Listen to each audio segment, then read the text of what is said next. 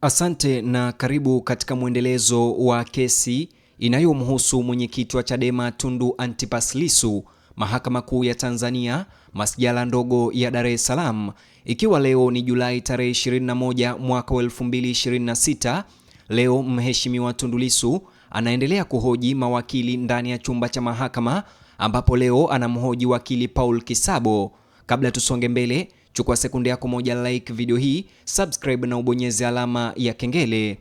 Shauri la kikatiba liliendelea huku Tundu Lissu akiendelea kumhoji wakili Paul Kisabo ambaye ni mmoja wa wanakikosi chake cha mawakili. Maswali hayo yalilenga mazingira ambayo Tundu Lissu na mawakili wake walitumia kuwasiliana wakati akiwa mahabusu, na kama mazingira hayo yalizingatia sheria ya magereza na kanuni za magereza. Tundu Lissu alianza kwa kumkumbusha Kisabo kuhusu mwenendo wa shauri katika mahakama ya hakimu mkazi Kisutu mnamo tarehe 16 Juni. Aliuliza kama wakati wa shauri hilo aliwahi kulalamikia vikwazo vya mawasiliano na mawakili wake. Wakili Paul Kisabo alithibitisha kuwa malalamiko hayo yaliwasilishwa na kukumbushia kuwa Tundu Lissu pia alitangaza kuwa anawaondoa mawakili wake katika kumwakilisha kwenye kesi hiyo ya jinai. Kisha Tundu Lissu aliuliza kama baada ya malalamiko hayo kuwasilishwa, utaratibu wa kukutana na mawakili wake ulibadilika au la.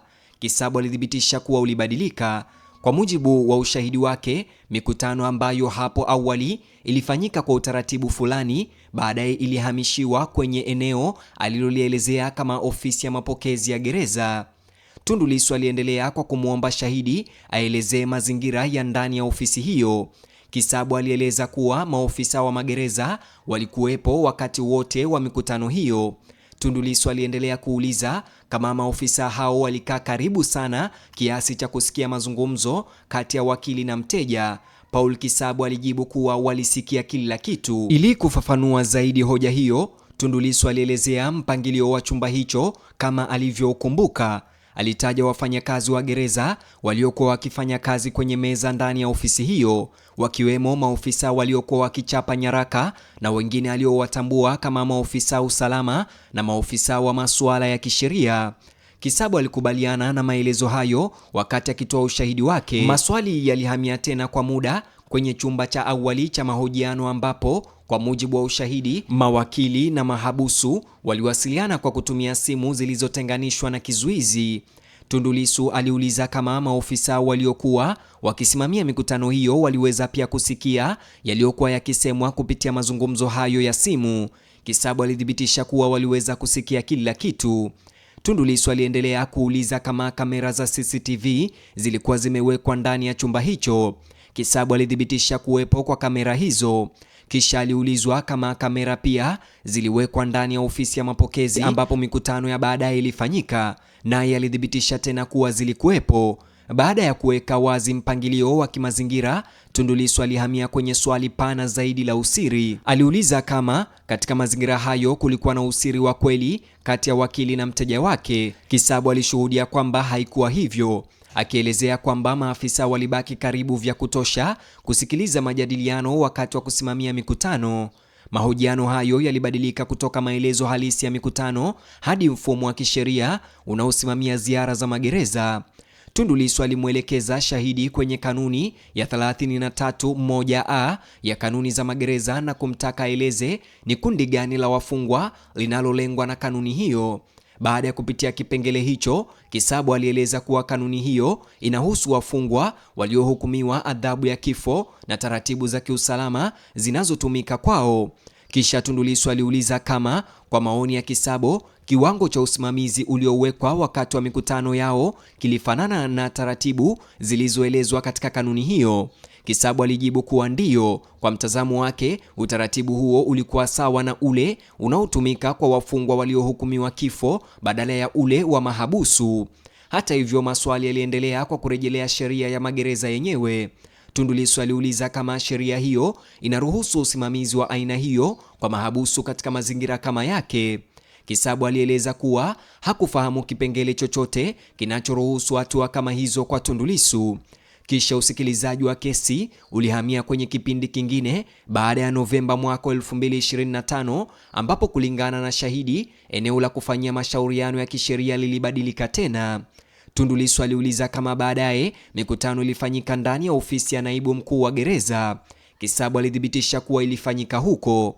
Kisha aliulizwa ni mikutano mingapi ilifanyika ndani ya ofisi ya uongozi wa gereza. Kisabu alikadiria kuwa kulikuwa na zaidi ya mikutano mitatu ya aina hiyo. Baadaye Tundu Lissu aliuliza kama mikutano hiyo ilifanyika kwa faragha au siri kati ya wakili na mteja au mfungwa. Kisabu alieleza kuwa haikufanyika hivyo. Kulingana na ushahidi wake, mkuu wa gereza, walinzi wa gereza na maofisa wengine walibaki ndani ya ofisi hiyo muda wote wa mashauriano. Mazungumzo yalihamia kwenye suala la kama ilikuwa inawezekana kiuhalisia kuwa na mazungumzo ya siri katika mazingira kama hayo. Tundu Lissu aliuliza kama wakili Kisabo aliwahi kupima ukubwa wa ofisi hiyo. Kisabo alijibu kuwa hakuwahi kufanya hivyo. Kisha Tundu Lissu aliuliza kama licha ya kutojua vipimo halisi, watu waliokuwa ndani ya chumba hicho wangeweza kusikia mazungumzo yaliyokuwa yakifanyika. Kisabo alijibu kuwa kwa maoni yake wangeweza kusikia kila kitu kwa sababu kila mtu alikuwa ameketi karibu na mwenzake. Ili kufafanua hoja hiyo, alikumbushia matukio ambapo watu waliokuwepo walionekana kuitikia mazungumzo hayo. Alisema kulikuwa na nyakati ambapo watu waliokuwa ndani ya ofisi walicheka wakati mawakili wakicheka, au walionekana kuguswa kihisia wakati wa mazungumzo mazito. Kisabo alitoa maelezo haya kama moja ya sababu zilizomfanya aamini kuwa mazungumzo hayo yalikuwa yakifuatiliwa kwa karibu. Kulikuwa na mlipuko mfupi wa kicheko mahakamani kufuatia majibizano hayo kabla ya shughuli za mahakama kuendelea. Kisha Tundu Lissu alipanua wigo wa uchunguzi huo zaidi ya mawasiliano ya maneno ili kujumuisha nyaraka za kisheria zilizobadilishana kati ya wakili na mteja. Aliuliza iwapo Kisabo alikuwa amewasilisha nyaraka za mahakama na vifaa vingine vya kisheria kuhusiana na kesi ya jinai inayomkabili Tundu Lissu katika mahakama kuu. Wakili Paul Kisabo alithibitisha kuwa alifanya hivyo. Tundu Lissu aliendelea kwa kuuliza ni nini kiliipata nyaraka hizo kabla hazijamfikia. Kisabo alitoa ushahidi kwamba maofisa wa gereza walizikagua nyaraka hizo wenyewe kwanza kabla ya kuamua kama zingepitishwa kwenda kwake. Alieleza zaidi kwamba wakati mwingine nyaraka hizo muhimu zilibaki mikononi mwa maofisa wa gereza badala ya kuwasilishwa mara moja. Kisha Tundu Lissu alirejelea malalamiko aliyokuwa ameyatoa hapo awali kuhusu kutopokea nyaraka za kisheria zilizohitajika kwa ajili ya utetezi wake. Kisabo alithibitisha kuwa malalamiko hayo yalikuwa yametolewa mara kwa mara. Kama mfano mmoja, alitaja hotuba ya kimahakama iliyotolewa na Jaji Chande kuhusu uchunguzi wa tarehe 29 Oktoba, akisema kuwa kulingana na ushahidi wake, waraka huo ulikuwa bado haujamfikia Tundu Lissu. Maswali yalihamia kwenye kundi jingine la nyaraka zinazohusiana na kesi hiyo ya jinai. Tundu Lissu aliuliza kama mawakili wa serikali walikuwa wameiambia mahakama kuwa walikusudia kuwasilisha ushahidi wa ziada kuhusiana na matukio ya tarehe 29 Oktoba. Kisabo alithibitisha kuwa kauli kama hizo zilitolewa wakati wa mwenendo wa kesi hiyo. Kulingana na shahidi huyo, baadaye alijaribu kumpatia Tundu Lissu nyaraka husika ili aweze kuandaa utetezi wake.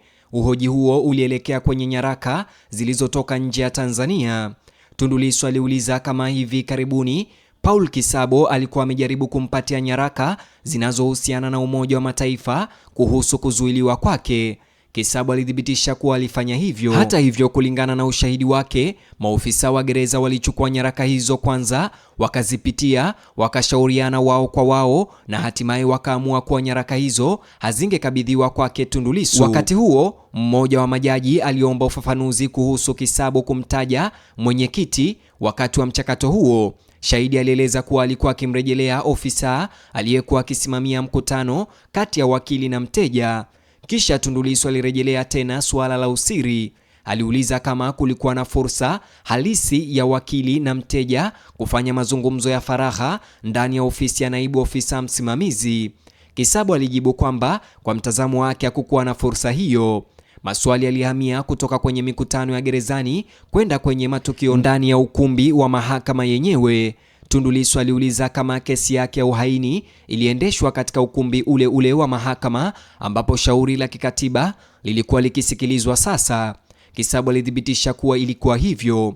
Kisha Tundu Lissu aliuliza kama mawakili waliwahi kuruhusiwa kukutana naye kwa faragha ndani ya vyumba vya mahabusu vya mahakama kabla ya vikao vya kesi. Kisabu alitoa ushahidi kwamba hakuwahi kuruhusiwa. Pia aliulizwa iwapo mawakili waliweza kumkabidhi nyaraka za kisheria moja kwa moja akiwa ndani ya ukumbi wa mahakama. Kisabu alitoa ushahidi kwamba maofisa wa magereza walikuwa wakichukua nyaraka hizo mara kwa mara kabla hazijamfikia Tundu Lissu. Hata wakati shughuli za mahakama zikiendelea, Tundu Lissu alirejelea hasa tukio lililohusisha uamuzi wa Jaji Mkwizu kuhusu malalamiko ya awali juu ya jinsi alivyoshughulikiwa akiwa mahabusu. Kulingana na ushahidi wa Kisabo, alipojaribu kumkabidhi Tundu Lissu uamuzi huo, maofisa wa gereza walichukua hati hiyo kabla haijamfikia Lissu. Hatua iliyofuata ya kuuliza maswali ilijikita katika suala la kuzingatia amri za awali za mahakama. Tundu Lissu aliomba maoni ya Kisabo kuhusu iwapo ofisa mkuu wa gereza la Ukonga alikuwa amezingatia sheria na kanuni husika za magereza. Kisabo alitoa ushahidi kwamba kwa maoni yake matakwa ya kisheria hayakuzingatiwa. Tundu Lissu pia alirejelea uamuzi wa awali wa Jaji Mkwizu uliotaka sheria ifuatwe. Kisabo alieleza kuwa kwa mtazamo wake vitendo vilivyolalamikiwa viliendelea licha maelekezo hayo. Maelekezo hayo. Maswali hayo pia yaligusia tena malalamiko yaliyowasilishwa awali katika mahakama ya Kisutu. Kisabo alithibitisha kuwa mawakili walikuwa wakilalamika mara kwa mara kuhusu vikwazo vilivyoathiri mawasiliano na mteja wao. Kisha Tundu Lissu alirejelea nyaraka zinazohusiana na kikundi kazi cha Umoja wa Mataifa na kuuliza iwapo nyaraka hizo pia zilitaka kuheshimiwa kwa mawasiliano ya siri kati ya wakili na mteja. Kisabo alijibu kuwa zilifanya hivyo, huku akiongeza kuwa kwa mtazamo wake mapendekezo hayo hayakutekelezwa. Hatimaye Tundu Lissu aliuliza iwapo kuwasilisha malalamiko hayo mbele ya mahakama ya katiba ilikuwa hatua sahihi kisheria kwa maoni ya Kisabo. Kisabo alithibitisha kuwa aliamini hivyo. Pia alikubali kuwa mahakama ya katiba ilikuwa na ushahidi si tu wa mashahidi bali pia wa nyaraka, zikiwemo rekodi zilizowasilishwa na wadaiwa wenyewe ambazo mahakama ingeweza kuzitathmini sambamba na ushahidi wa maneno. Wakati hatua hiyo ya kuuliza maswali ikihitimishwa, Tundu Lissu alibainisha kuwa nyaraka kadhaa zilizowasilishwa na mamlaka ya gereza nazo zilikuwa sehemu ya ushahidi mbele ya mahakama. Kisabo alikubaliana na hilo, akisema rekodi hizo zilijumuisha daftari za gereza na nyaraka nyingine rasmi ambazo kwa mtazamo wake zilisaidia kufafanua jinsi ziara za mawakili zilivyoshughulikiwa gerezani. Kisha Tundu Lissu alitaarifu mahakama kuwa hana maswali mengine kwa shahidi huyo. Baada ya hatua hiyo ya usikilizwaji kukamilika, wakili wa serikali Stanley Kalokola alisimama ghafla na kuomba kusitishwa kwa muda wa saa moja. Majaji waliridhia ombi hilo na hivyo kuhitimisha kikao cha asubuhi kabla ya usikilizwaji kuendelea baadaye siku hii. Mtazamaji, tunakupeperushia taarifa hizi moja kwa moja kutoka kwa kile kinachoendelea sasa hivi mahakamani Dar es Salaam, Mahakama Kuu ya Masjala ndogo ya Dar es Salaam. Na sasa hivi kikao cha mahakama kimeweza kuenda kwa mapumziko ya lisali moja, lakini tutaweza kurejea hapa baadaye pindi tu kikao hicho cha mahakama kitaendelea. Kumbuka kulike video hii mtazamaji, subscribe, alafu maoni yako ni muhimu. Upande wa maoni, upande wa comment chini ya video hii, nijuze mtazamo au maoni yako kuhusiana na kesi hii ambayo umeisikiliza siku ya leo mahakamani. Tutarudi ndani ya muda mfupi na maendeleo ya kesi hii. Mtazamaji, nikufahamishe tu, kama ni mara yako ya kwanza kukutana na YouTube channel hii, hakikisha umesubscribe na kubonyeza alama ya kengele. Ukifanya hivyo utakuwa wa kwanza kupokea taarifa pindi tu zitakapoweza kujiri.